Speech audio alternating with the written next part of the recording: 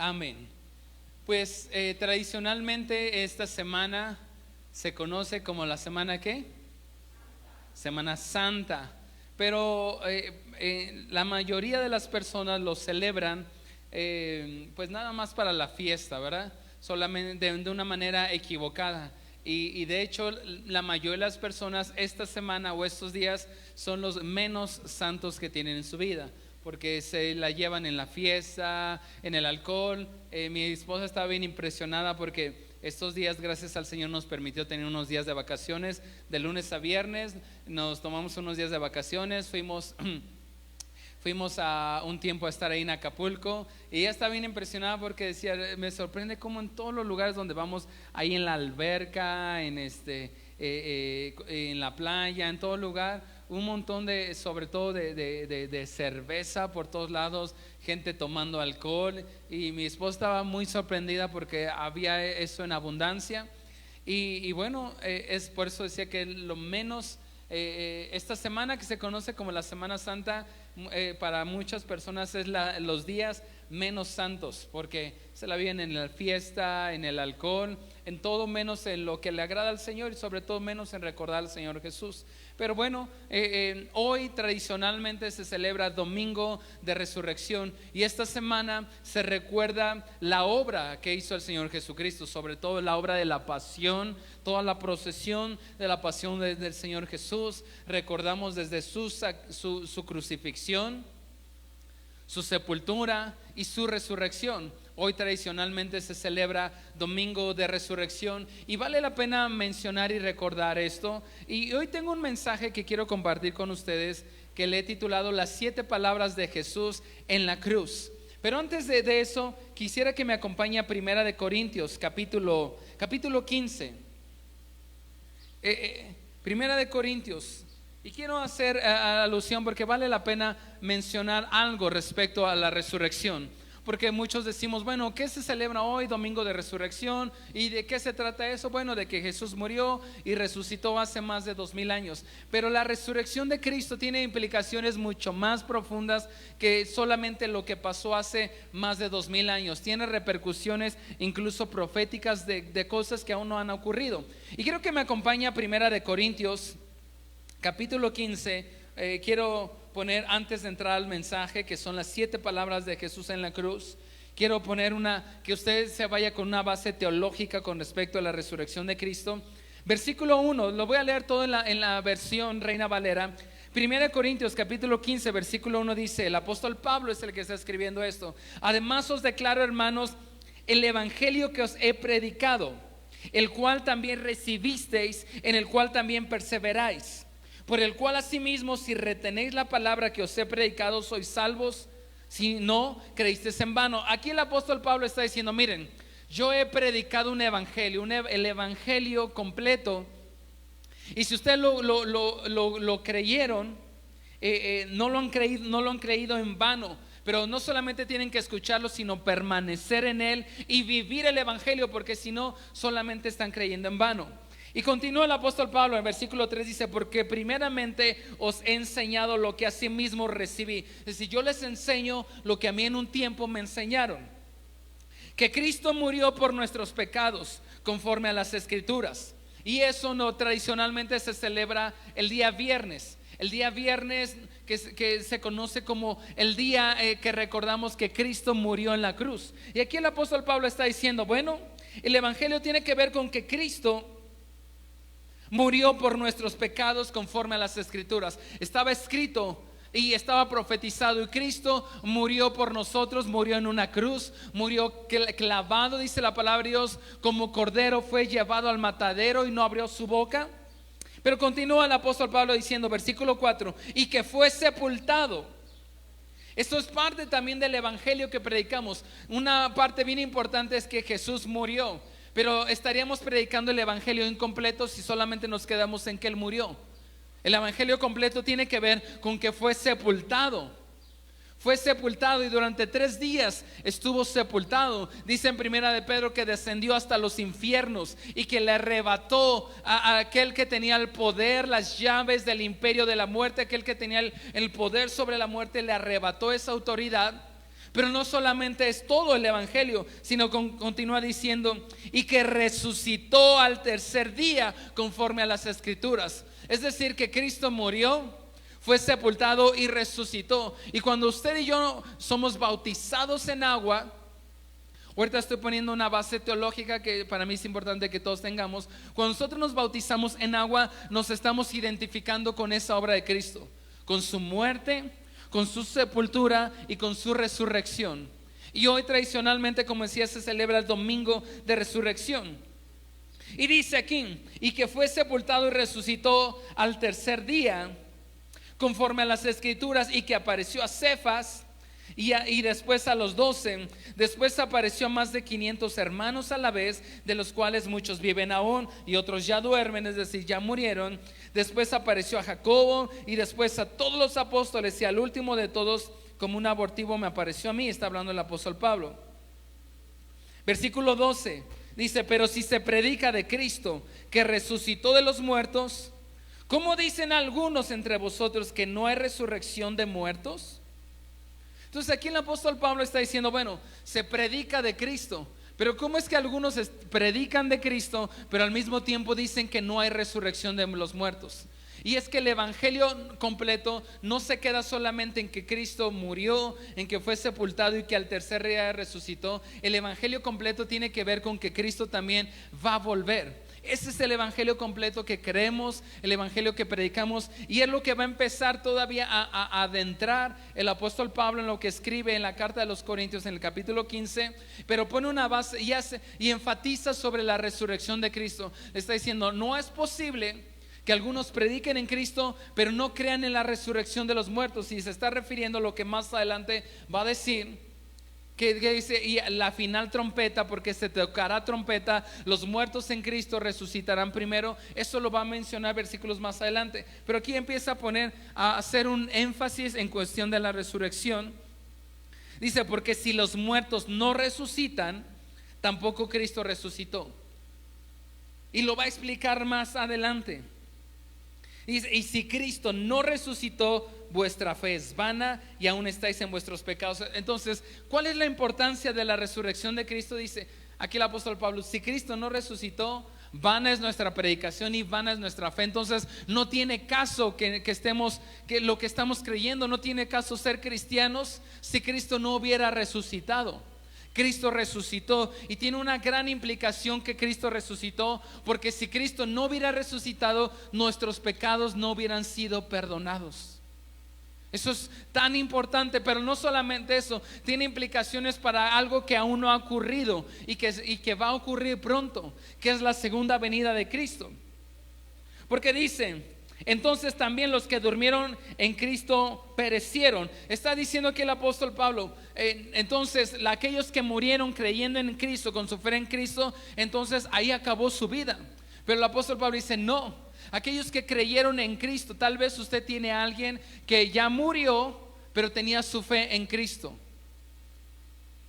Y que murió creyendo en Jesús como su Señor, como su Salvador. Aquí el apóstol Pablo está diciendo, no se acabó ahí su vida.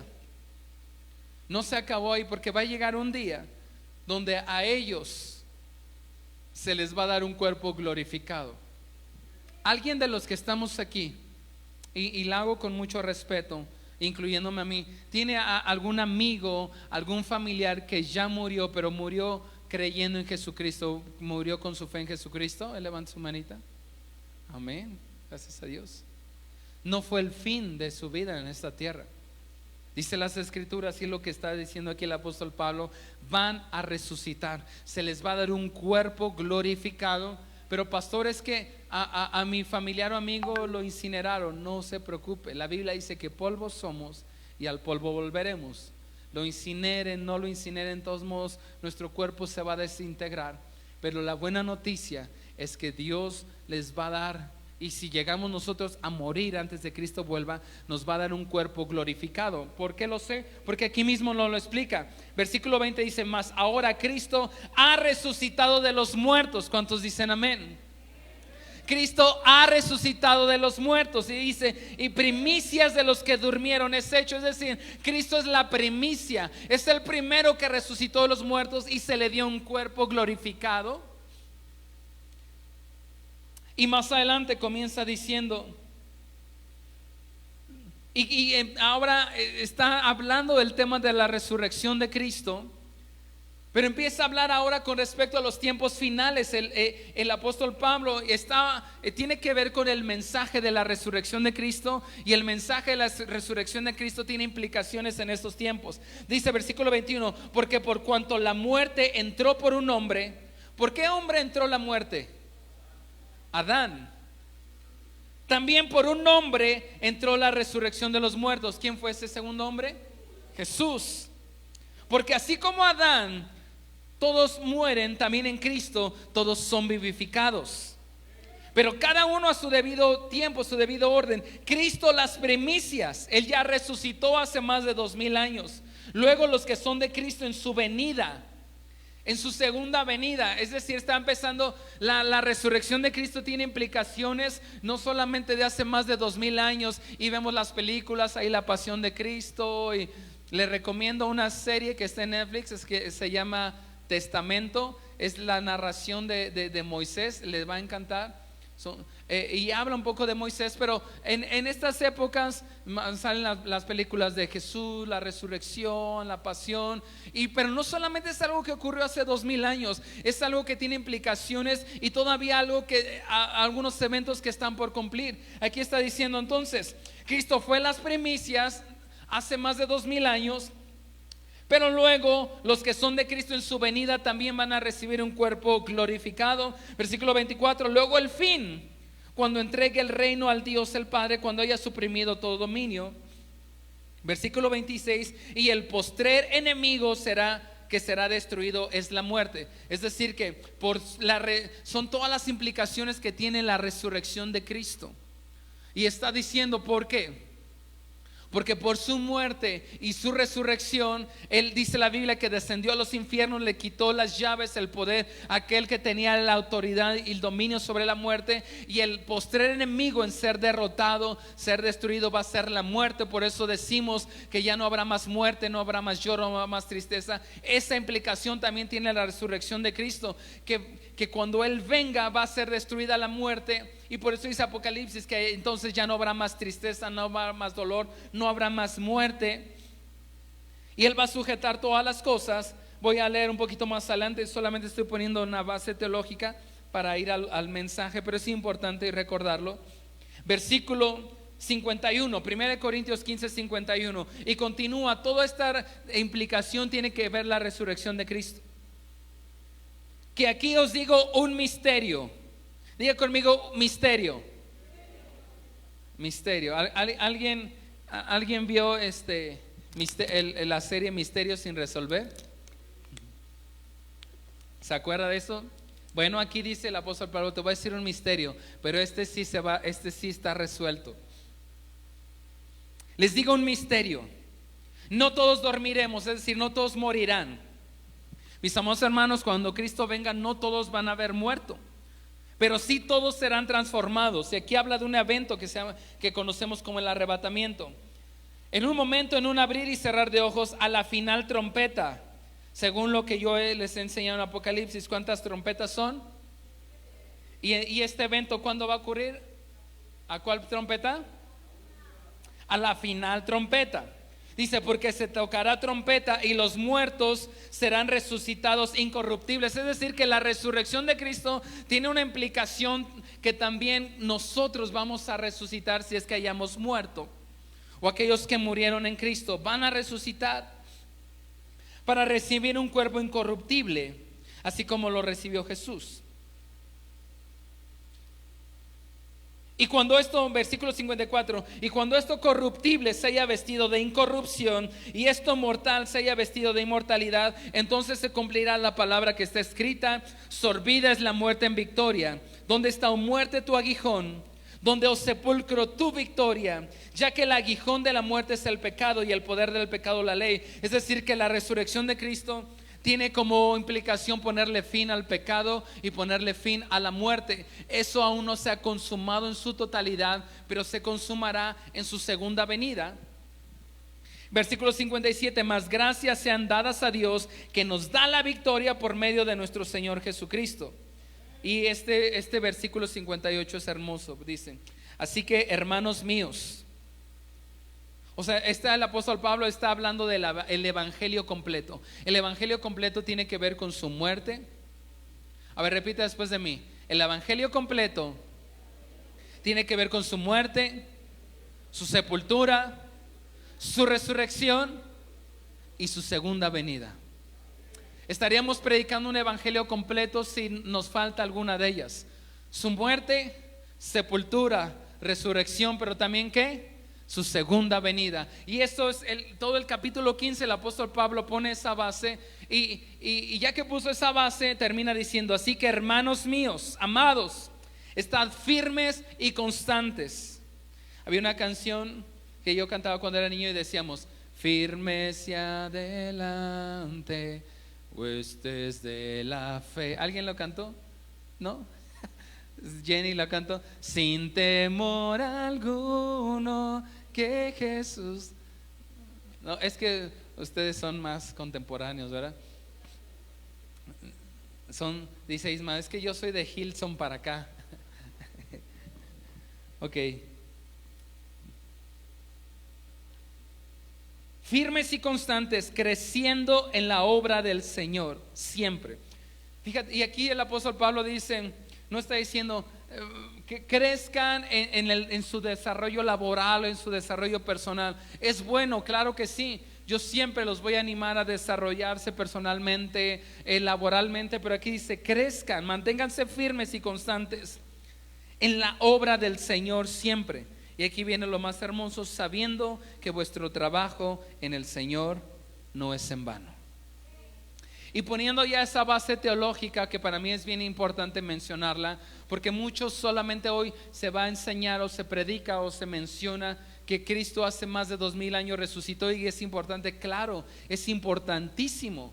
Pero aquí el apóstol Pablo dice, pero tiene implicaciones de algo que todavía no ha ocurrido, que es cuando Cristo venga por esa resurrección, que Él fue las primicias. Nosotros también, si morimos en Cristo, resucitaremos. Por ejemplo, yo tengo a mi mami, mi esposa tiene a su papi, y cada uno de ustedes, gente que ya murió con su fe en el Señor, van a resucitar. Se les va a dar un cuerpo glorificado y ya no va a tener más, ya no habrá más enfermedades mentales, enfermedades físicas. Vamos a estar sanos. Por eso esas implicaciones tiene la resurrección de Cristo. Y por eso este domingo de resurrección va más allá de meternos a la alberca, de nadar, de tener unos días de vacaciones. Tiene que ver con algo que ocurrió hace más de 2000 años, que gracias a su resurrección tenemos el perdón de nuestros pecados, pero también resucitaremos con Él si es que nosotros morimos, y nuestro cuerpo será glorificado. La Biblia no es el mensaje el día de hoy, pero la Biblia nos da algunas señales de cómo va a ser ese cuerpo glorificado, porque Cristo lo tuvo. Pero bueno, no es la predicación el día de hoy. Poniendo esa base teológica, que para mí es importante que usted la tenga, hoy vamos a hablar de las 7 palabras de Jesús en la cruz y vamos a aprender algo de ellas. Así que quiero que me acompañe a Lucas capítulo 23, versículo 34.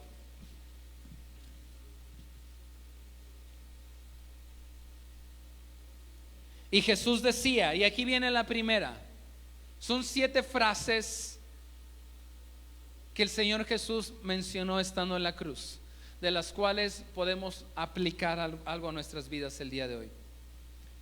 Y la primera está en Lucas capítulo 23 versículo 34. Dice, y Jesús decía, ¿puede leerla conmigo en la versión Reina Valera?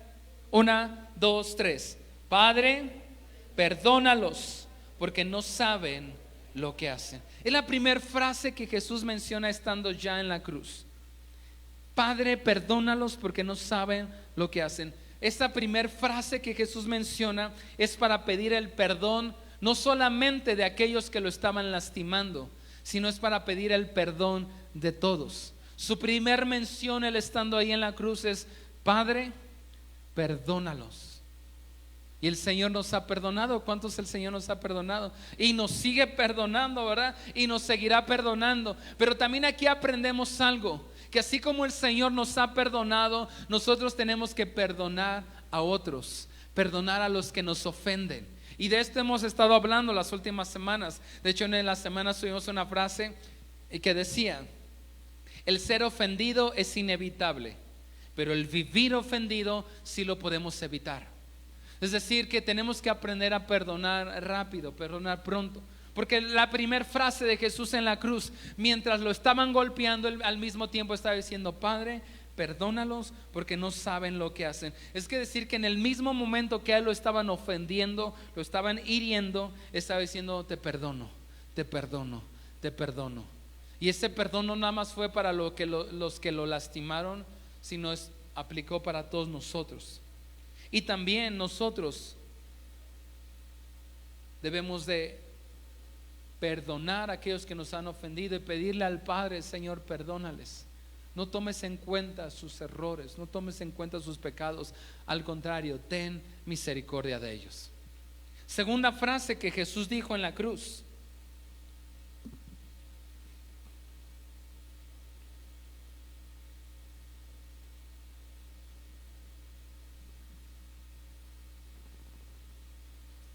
versículo, ahí mismo en Lucas 23, pero el versículo 43.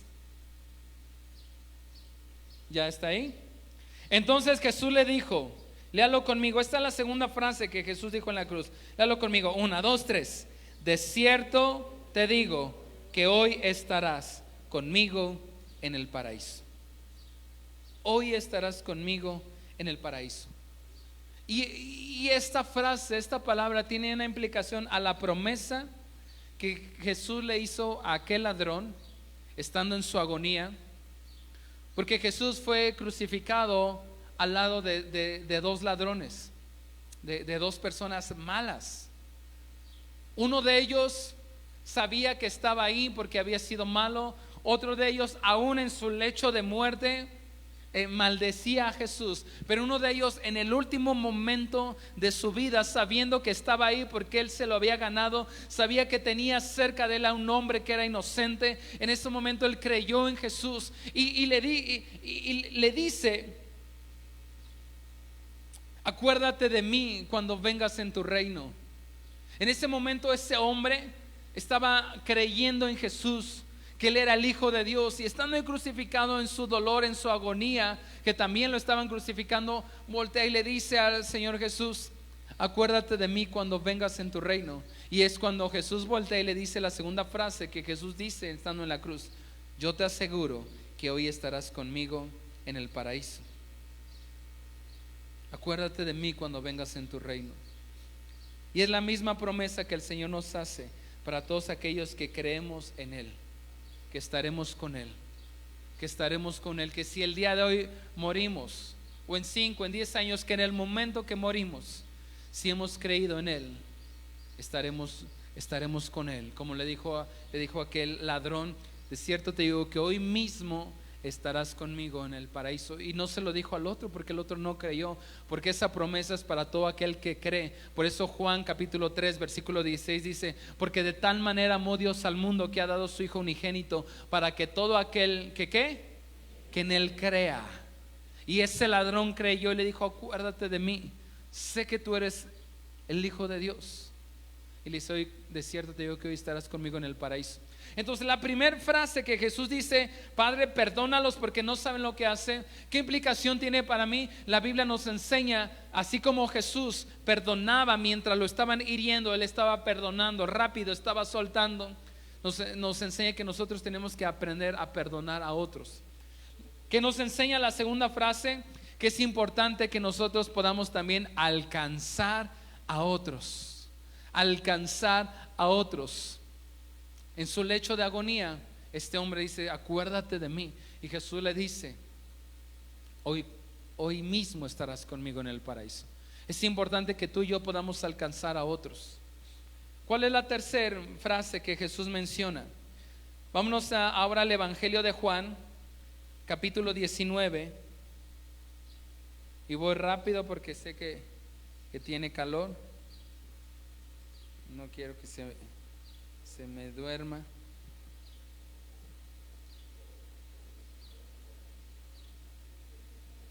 Evangelio de Juan,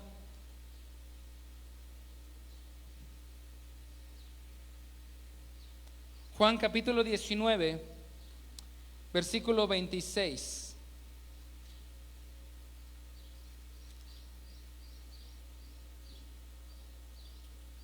Y 27. De hecho, desde el 25 dice: estaban junto a la cruz de Jesús su madre y la hermana de su madre, María, mujer de Cleofas. Ahí tiene su nombre para su hijo. ¿No les gusta ese? Cleofas Arredondo Ortega. Y María Magdalena. Cuando vio a Jesús a su madre, fíjense, esto es bien hermoso, él estaba en la cruz. Cuando vio Jesús a su madre y al discípulo a quien él amaba, el único que se quedó ahí en la cruz, ni Pedro, dijo a su madre, y esta es la tercera frase que menciona en la cruz: mujer, he aquí tu hijo. ¿A quién se estaba refiriendo? A Juan. Y después dijo al discípulo, es decir, a Juan: he ahí tu madre. Y desde aquella hora, fíjate qué hermoso, y desde aquella hora el discípulo la recibió en su casa y la adoptó como, y la trató y la cuidó como su propia madre. Dijo: esto me lo confió mi maestro. Y la tercera frase que Jesús menciona es: mujer, he ahí tu hijo. Y luego le dice a Juan: he ahí tu madre. ¿Qué implicación tiene esto? Que la nueva familia, una nueva familia comienza a los pies de la cruz, donde el dolor no se esconde. Jesús, era evidente el dolor y la agonía que estaba viviendo Jesús. Y en ese momento de dolor, de agonía que también estaba sintiendo Juan, que estaba sintiendo María, ese dolor, ese llanto, surge una nueva familia donde no se esconde el dolor, pero donde las lágrimas pueden ser enjugadas. En pocas palabras le está diciendo, es al único, fíjate, a Jesús, a Pedro le dijo: apacienta mis ovejas, pero a Juan le dijo: cuida a mi mamá. Tal vez terrenalmente, de lo más hermoso que Jesús, lo más preciado que tenía, era su mamá. Y le dice: te encargo a mi mamá, cuídala como tu propia madre. Pocas palabras, le dice: hazte cargo de ella. ¿Y qué implicaciones tiene aquí? Pues la iglesia se trata de servirnos unos a otros, de cuidarnos unos a otros, de hacernos cargos unos de otros. Y así como a los pies de la cruz nace esa familia donde a María le dice: mira, ahí tienes a Juan, cuídalo, trátalo como tu hijo. Y a Juan voltea y le dice: hazte cargo de mi madre, cuídala. Es como surge una nueva familia. Y dice ahí que desde ese día Juan tomó bien en serio las palabras de su maestro y la cuidó en casa. Ni siquiera sus propios, porque Jesús tenía hermanos de sangre, biológicos. El que la cuidó fue a Juan, porque Juan tomó muy en serio sus palabras.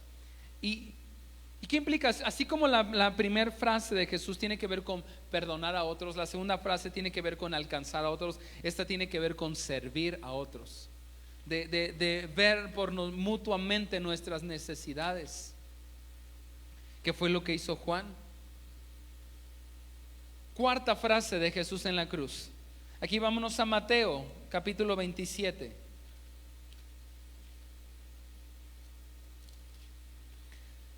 Mateo capítulo 27, versículo 46.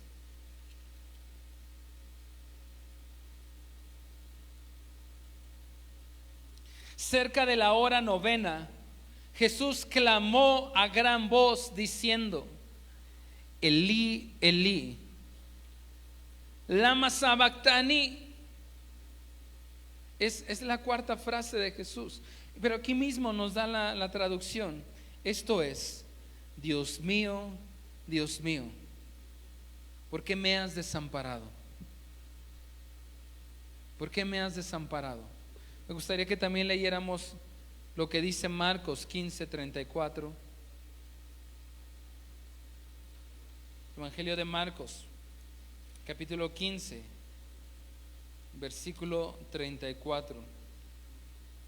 A la hora novena Jesús clamó a gran voz diciendo: Eloi, Eloi, lama sabactani, que traducido es: Dios mío, ¿por qué me has desamparado?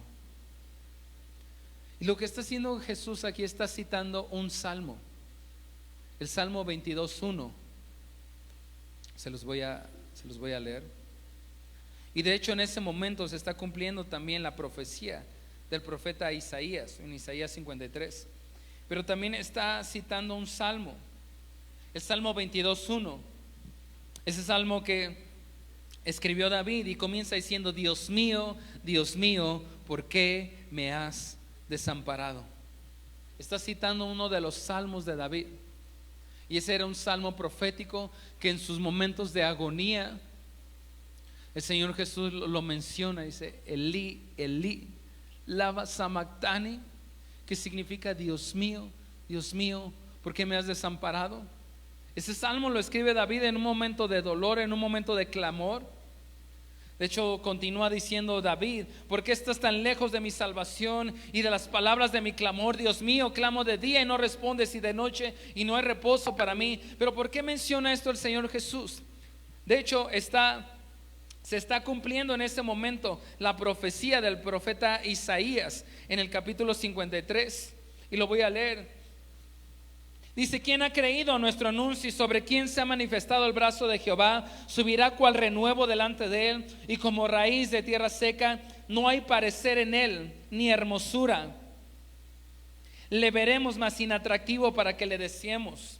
Despreciado y desechado entre los hombres, varón de dolores, experimentado en quebranto, y como que escondimos de él el rostro, fue menospreciado y no le estimamos. Y en ese momento de agonía, Jesús estaba llevando sobre sí mismo los pecados de todo el mundo, incluyendo los míos y los tuyos. Y estaba experimentando lo que produce el pecado. ¿Qué produce el pecado? Una separación entre Dios y el hombre. Es por eso que Cristo está cargando los pecados en ese momento en la cruz de toda la raza humana y los que iban a venir.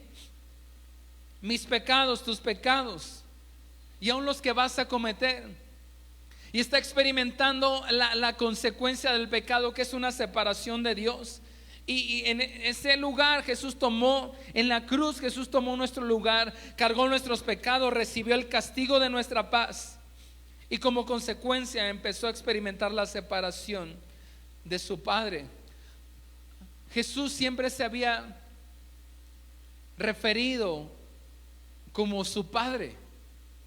Y es uno de los pocos momentos donde no le dice Padre, sino le dice Dios mío.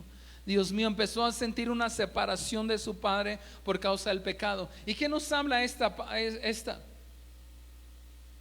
No, ¿qué implicación tiene esta en nuestras vidas? Nos enseña la seriedad del pecado, que debemos de entender la seriedad que trae el pecado en nuestras vidas. ¿Cuál es la seriedad? Que el pecado nos separa del Padre, nos separa de Dios. Y por eso su agonía de Jesús: Elí, Elí, lama sabactani, que significa: ¿por qué me has abandonado? Es que el pecado nos separa de Dios. Y debemos de recordar y de entender la importancia y la seriedad del pecado y de permitir pecado en nuestras vidas, porque el pecado nos separa de Dios. Quinta frase, esta la encontramos en Juan 19:28. Juan capítulo 19, versículo 28. Dice: después de esto, sabiendo Jesús que ya todo estaba consumado, dijo, para que la escritura se cumpliese: tengo sed. Tengo sed. Y según el Evangelio de Marcos, ahí en el capítulo 15 nos cuenta que antes de ser crucificado Jesús, uno de los soldados le ofreció una mezcla de vino con mirra. Y esto era algo que se les ofrecía a las personas que iban a ser crucificadas. Y era una especie como de anestesia que les ayudaba a mitigar el dolor por los padecimientos que estaban sufriendo. Pero dice las escrituras ahí en Marcos que Jesús no lo aceptó. Decidió pasar esas horas y sufrir cada momento de la agonía. Y los evangelios nos mencionan que Jesús experimentó necesidades físicas, como la de tener hambre, en este caso la de tener sed. Cuando se cansaba necesitaba un lugar para descansar. Cuando tenía sueño necesitaba un lugar para dormir. Y vemos que Él permitió que otros pudieran suplir sus necesidades, que pudieran satisfacer sus necesidades físicas. Por ejemplo, Lázaro, Marta y María eran amigos del Señor Jesús, y vemos que muchas veces Marta y María suplieron varias necesidades para el Señor Jesús, como darle un lugar de reposo, darle alimento. Y en ese momento Él dice: tengo sed. Tengo sed. Dice: y estaba allí una vasija llena de vinagre. Entonces ellos empaparon en vinagre una esponja y poniéndola en un hisopo se la acercaron a la boca. Y Jesús, no solamente en ese momento, sino a lo largo de los evangelios, vemos que Jesús se permitió depender de otros para suplir sus necesidades físicas, de alimento, de agua, de un lugar para descansar. Y muchas veces nosotros nos encerramos y queremos ser independientes, no necesitar del otro. ¿Y qué implicación tiene esta? Que debemos de estar dispuestos, así como Jesús, a poder ser abiertos y ser transparentes, mostrar nuestra debilidad humana y aprender a vivir de una manera que depender de otros, principalmente de Dios, pero también aceptar la ayuda de otros. Decir: pastor o hermano, ¿sabes qué? ¿Cómo estás? No estoy bien. Necesito que ores por mí, necesito un consejo. El que podamos depender de otros, no creer que somos independientes y que no necesitamos de nadie más. Jesús en ese momento dice: tengo sed, y permitió que otros pudieran suplir sus necesidades de alimento, de sed. Ahí mismo en Juan 19, adelante, en el versículo 30, viene una de las últimas frases. Dice: cuando Jesús hubo tomado el vinagre, dijo: consumado es. Consumado es. Y ese es un pronunciamiento de victoria, de triunfo. ¿Me ayudas, David, con el piano? Cuando dice consumado es, no fue un pronunciamiento de derrota, sino de victoria, de decir: la obra que me encomendaste la he terminado. No es lo mismo que alguien diga: mi vida llegó a su fin, que decir: he terminado mi labor, he terminado la carrera. ¿Qué implicación tiene esta? Termina lo que comenzaste. Lo hemos estado viendo también las semanas anteriores. Hay un mensaje que compartí hace unas semanas que le titulé una vuelta más, y hablábamos: termina lo que comenzaste. No es lo mismo que alguien en sus últimos días de agonía diga: creo que mi vida está terminando, a que pueda decir: he corrido he peleado la buena batalla, he terminado mi labor en esta tierra. Jesús, cuando dice consumado es, está diciendo: toda la obra para la que me envió el Padre la cumplí sin faltar ninguna, ni un detalle. Y que podamos nosotros decir al final de nuestros días: no me guardé nada. La obra que me diste, Señor, los dones, los talentos que me diste, los ocupé para tu obra, no me guardé nada. Lancé todas mis flechas, solté todo lo que tenía terminé mi labor. Y no decir como quizás muchos en su lecho de muerte pueden decir: mi vida ha terminado, me faltó hacer esto, me faltó hacer lo otro, tanto que me faltó. Que tú puedas decir: todo para lo que fui creado, para lo que el Señor me hizo, eso lo cumplí. El Señor me llamó para hacer esto y lo hice. Aunque tal vez no resultó como esperaba, pero lo hice y estuve ahí. Y cuando el Señor Jesús dice consumado es, está diciendo: la obra que me encomendaste la terminé, y la terminé bien. No se trata de cómo comienza, sino de cómo terminamos.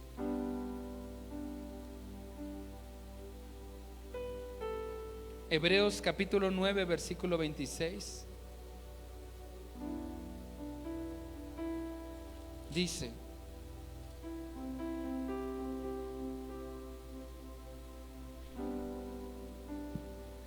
de otra manera le hubiera sido necesario padecer muchas veces desde el principio del mundo, pero ahora, en la consumación de los siglos, se presentó una vez para siempre por el sacrificio de sí mismo, para quitar de en medio el pecado. Y de la manera que estableció para los hombres que mueran una sola vez, y después de esto el juicio. Pero ¿qué es lo que está diciendo? Dice: así que Cristo fue ofrecido una sola vez para llevar los pecados de muchos, y aparecerá por segunda vez sin relación con el pecado, para salvar a los que le esperan. Pero lo que está diciendo es que por cuanto Él terminó la obra que se le encomendó, Él va a volver y Él va a regresar para recoger el fruto de esa obra que Él terminó. Y tal vez tus ojos no puedan ver en su totalidad el fruto de todo lo que Dios te encomendó. Le pasó a José. José sabía que había una promesa que se le había hecho a su bisabuelo Abraham, porque Dios le había dado una promesa a Abraham y le había dicho: haré de ti una nación grande, y tus descendientes serán como las estrellas de los cielos, como la arena del mar. Pero Dios mismo le había prometido también a Abraham: y haré de ti una nación grande en sobremanera. Lo vemos en Génesis, pero le da la profecía desde Abraham, le dice: y serán llevados, hasta le dice los años, serán llevados por 400 años esclavos, pero después los volveré a traer. Y José sabía esa promesa, y lo leemos ahí en Génesis, que cuando estaba por morir José, les dicen: hey, cuando me muera, le dice a sus hijos y a la gente que estaba con él: estamos aquí en Egipto, pero este no es nuestro destino, este no es nuestra final. Yo sé que va a llegar un día donde vamos a salir de aquí, y cuando ese día ocurra, llévense mis huesos. Eso lo encontramos al final en Génesis, y se cumple 400 años más adelante. Tal vez nuestros ojos no vean en su totalidad el cumplimiento de la promesa, pero que sí podamos decir al final de nuestros días: Señor, peleé la buena batalla de la fe, corrí la carrera, no me guardé nada. Me pediste mi trabajo, te lo entregué. Me pediste mi familia, te la entregué. Me pediste que pusiera mis sueños, me pediste mi tiempo, te lo entregué. Me pediste que fuera esto, que hiciera lo otro, y estuve.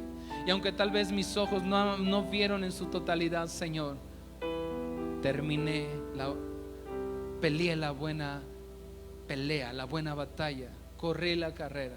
Y que podamos decir, como dijo el Señor Jesús: la obra que tú me enviaste, la terminé. Y que no haya amargura y dolor, aunque seamos salvos, y decir: híjole, ¿por qué no di ese paso de fe? ¿Por qué no di el paso de fe cuando el Señor me pidió darlo? ¿Por qué no le hablé a esa persona? ¿Por qué no visité tal lugar? ¿Por qué no hice esto? ¿Por qué no hice lo otro? Y la última palabra, la última frase está en Lucas 23, 46.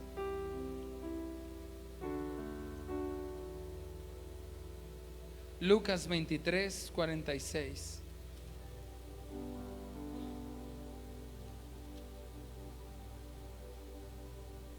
Entonces Jesús, clamando a gran voz, dijo: Padre, en tus manos encomiendo mi espíritu. Y habiendo dicho esto, expiró. encomienda siempre tu vida, tus sueños, tus planes a Dios. Esa es la implicación que tiene esto. ¿Qué es lo que dice Jesús? Padre, en tus manos encomiendo mi espíritu. Primera de Pedro capítulo 5 versículo 7 dice: echando toda vuestra ansiedad sobre Él, porque Él tiene cuidado de nosotros. Ese es el tipo de confianza que usted y yo debemos de tener. De Señor, encomiendo mi espíritu. No sé lo que va a venir el día de mañana.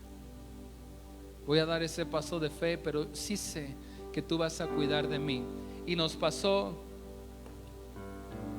cuando mi pastor hace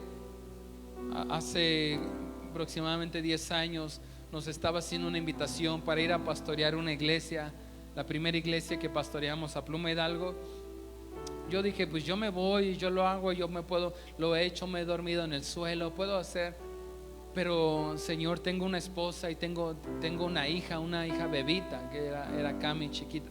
Y había mucha preocupación en mi corazón de cómo les iba a sostener, porque aquí teníamos un empleo los dos, teníamos un sueldo que percibíamos, teníamos una casa, teníamos a nuestra familia cerca, y nos estaban pidiendo, bueno, ni siquiera una petición, era una invitación, podíamos tomarla o podíamos dejarla. Y nada iba a pasar, ni el pastor se iba a enojar con nosotros, ni el Señor nos iba a dejar de amar. Pero había una preocupación en el corazón: Señor, ¿cómo voy a mantener a mi esposa? ¿Cómo voy a mantener a mi hija? ¿Y cómo vamos a lograr hacer todo eso? A sostenernos y al mismo tiempo estar predicando y estar cuidando de tu iglesia. Y nos acordamos, mi esposa y yo nos acordamos muy bien que estamos en un tiempo, una reunión de ministración, y nosotros queríamos que oraran por nosotros. Y el Señor nos dio una palabra a través de una hermana, y que nos decía: el Señor te dice, hay delicias, a mi diestra hay delicias. Entonces yo dije, esa es la palabra que yo necesitaba, Señor. Tú vas a cuidar de mí, tú vas a cuidar de mi esposa, tú vas a cuidar de mi hija. Y no sé lo que va a venir, pero no quiero llegar al final de mis días que diga, ¿por qué no hice esto? ¿Por qué no me aventé? ¿Por qué no di el paso de fe? Solamente dijimos, Señor, no te olvides de nosotros, y dimos ese paso de fe. Y es lo mismo que el Señor Jesús dijo: en tus manos encomiendo mi espíritu, y se expiró. Y es el tipo de confianza que usted y yo debemos tener en Él. Que tal vez no sé lo que va a venir el día de mañana, tal vez no entendamos todo lo que está ocurriendo, ni comprendamos todo lo que está sucediendo, pero que sí podamos decir: Señor, yo confío en ti, que tú estás cuidando de mí, que tú estás cuidando de mi hogar, tú vas a cuidar de mi vida, y en ti encomiendo toda mi vida a ti. Encomiendo toda mi vida a ti. Y quisiera que nos pusiéramos de pie. Y le voy a leer para finalizar Romanos capítulo 5. Justificados pues por la fe, tenemos paz para con Dios por medio de nuestro Señor Jesucristo, por quien también tenemos entrada por la fe a esta gracia en la cual estamos firmes, y nos gloriamos en la esperanza de la gloria de Dios. Y no solo esto, sino que también nos gloriamos en las tribulaciones, sabiendo que la tribulación produce paciencia, y la paciencia prueba, y la prueba esperanza, y la esperanza no avergüenza, porque el amor de Dios ha sido derramado en nuestros corazones por el Espíritu Santo que nos fue dado. Porque Cristo, cuando aún éramos débiles, a su tiempo murió por los impíos. Ciertamente apenas morir alguno por un justo, con todo pudiera ser que alguno osara morir por el bueno. Mas Dios muestra su amor para con nosotros, en que aun siendo pecadores, Cristo murió por nosotros. Pues mucho más, estando ya justificados en su sangre, por él seremos salvos de la ira. Porque si siendo enemigos fuimos reconciliados con Dios por la muerte de su Hijo, mucho más, estando reconciliados, seremos salvos por su vida. Y no solo esto, sino que también nos gloriamos en Dios por el Señor nuestro Jesucristo, por quien hemos recibido ahora la reconciliación.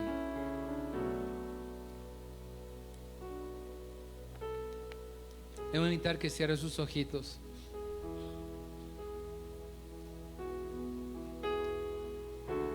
Y si podemos aplicar a nuestras vidas hoy en día esas últimas palabras, tenemos que decirle: Señor, ayúdame a perdonar rápido y pronto a los que me ofenden.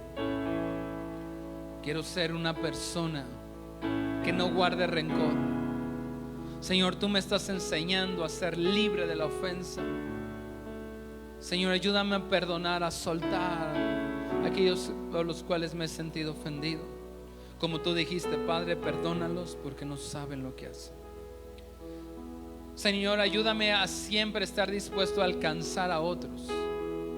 Que cuando se presente la oportunidad, como tú le dijiste en tu misericordia que el ladrón, cuando él te dijo: acuérdate de mí cuando vengas en tu reino, y al instante tú le dijiste: hoy mismo estarás conmigo en el paraíso. Señor, que yo pueda estar siempre dispuesto a poder alcanzar a otros.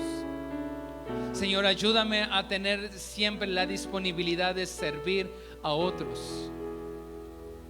Una de tus últimas palabras, la tercera palabra en la cruz fue: mujer, ahí tienes a tu hijo, hijo, ahí tienes a tu madre. Y tú nos estabas enseñando la importancia de que una nueva familia surgía a los pies de la cruz, y que como iglesia tú nos llamas a ver unos por otros, a servirnos unos a otros, a hacernos cargo unos por otros. Señor, ayúdame a mí a siempre estar dispuesto, atento a las necesidades de otros y poderles ayudar, que puedan encontrar en mí una ayuda, un hermano.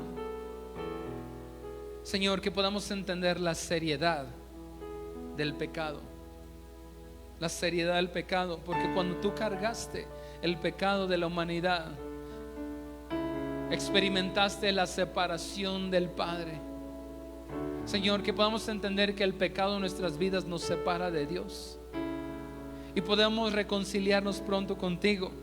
Señor, que no creamos que somos independientes, autosuficientes, que podamos tener la libertad para saber que necesitamos de otros, que dependemos de otros, que yo no tengo todas las habilidades que necesito y necesito de mi hermano. Somos un cuerpo en Cristo, Señor, y estar dispuesto que otros también puedan suplir mis necesidades.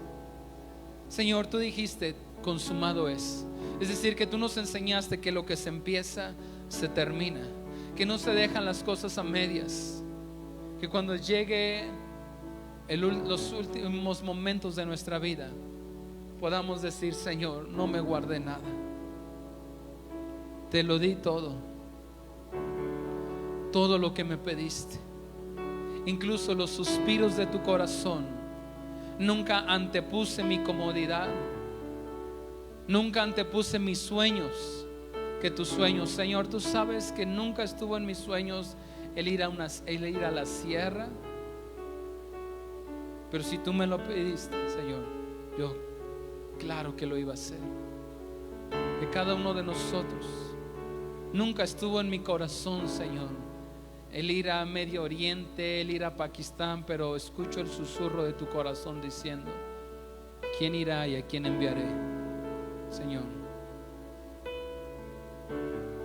no quiero guardarme nada, ni a mi propia familia, ni mis sueños.